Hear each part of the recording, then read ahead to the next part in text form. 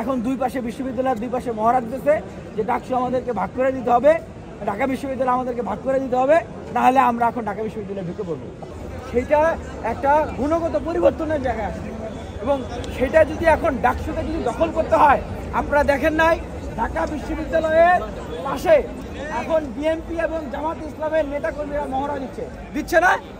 দিচ্ছে কিনা বলেন? তাহলে এখন বিএনপি এবং জামাত ইসলামকে ঢাকা বিশ্ববিদ্যালয় ভাগ করে দিয়ে দেন। তারা তো এটাই বলতেছে যে আমাদেরকে ভাগ করে দিয়ে দেন ডাকসু, তাহলে আমরা কিন্তু মানবো না। তো ভাগ করে দিয়ে দেন, ডাকসু দরকার তো ছিল না। কারণ ঢাকা বিশ্ববিদ্যালয়ের প্রশাসনে যারা আছে, আমি তো অফিসিয়ালি স্টেটমেন্ট দিয়েছিলাম যে 70% ঢাকা বিশ্ববিদ্যালয়ের প্রশাসন ইতিমধ্যে বিএনপি জামাত হয়ে গিয়েছে। 11 মাসেও তো ডাকসু নির্বাচনটা দিতে পারে নাই, তারা পেরেছে অভ্যুত্থান পরবর্তী সময়ে পারে নাই। 11 মাস আমরা ফাইট করে অনশন করে ডাকসুটা নিয়ে আসছি।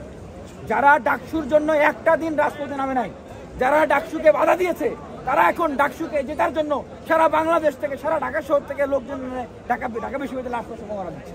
এই হলো আসলে বাস্তবতা, বুঝতে পেরেছেন? সেই জায়গা থেকে বলছি এটা কোনো তামাশা নয়, এটা একটা ছাত্র সংসদ নির্বাচন। আপনারা এটা নিয়ে যা শুরু করছেন, যা করতেছেন, শিক্ষার্থীদের সাথে প্রতারণা ছাড়া, শিক্ষার্থীদের সাথে ছলনা ছাড়া আর কোনো কিছু নাই। কি হয়েছে আমি বলি, ভোট কাস্টিং কত পার্সেন্ট হয়েছে বলেন?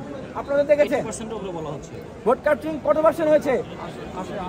আপনারা তো ভাই সারাদিন ছিলেন না ক্যাম্পাসে। 80% যদি ভোট কাস্টিং হয় তাহলে কত হাজার শিক্ষার্থী হয়? 80% ভোট কাস্টিং হলে আমরা যদি ধরে নেই যে এইখানে 31,000 শিক্ষার্থী, আরে ভাই ঢাকা বিশ্ববিদ্যালয়ে যদি 30,000 শিক্ষার্থী ঢোকে, ঢাকা বিশ্ববিদ্যালয়ে কি আপনি পা রাখার জায়গা পাবেন? এটা কমন সেন্সে কি বলে? ঢাকা বিশ্ববিদ্যালয়ে যদি 30,000 শিক্ষার্থী আসে, আপনি কি পা রাখার জায়গা পাবেন?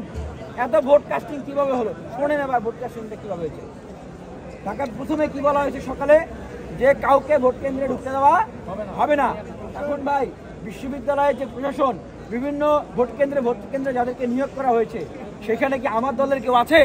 বলেন, আমার দলের কেউ নাই ভাই। স্বতন্ত্র প্রার্থী যারা, ছোট ছোট প্যানেল যারা, তাদের কি কেউ আছে বিশ্ববিদ্যালয়ের প্রশাসনে? কোনো শিক্ষক আছে তাদের সমর্থিত? নাই কিন্তু।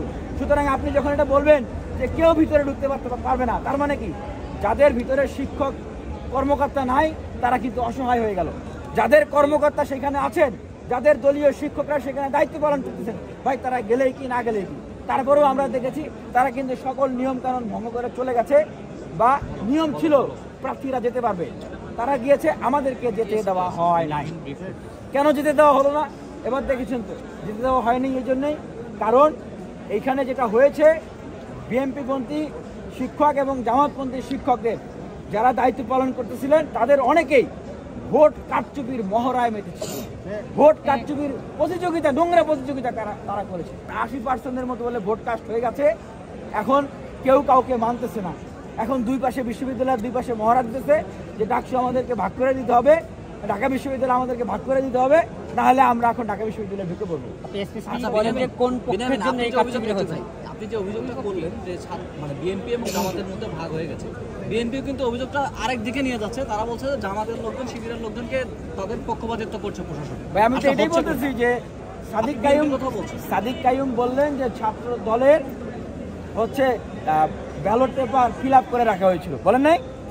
আর ছাত্র শিবিরের যে ব্যালট পেপার ফিল আপ করে রাখা হয়েছিল, এটা তো সবাই জানছে। তাহলে এই দুই দলেরই তো ঘটনা। দেখেন তো, আমি আপনাদেরকে একটা খুবই শান্ত মাথায় একটা প্রশ্ন করি।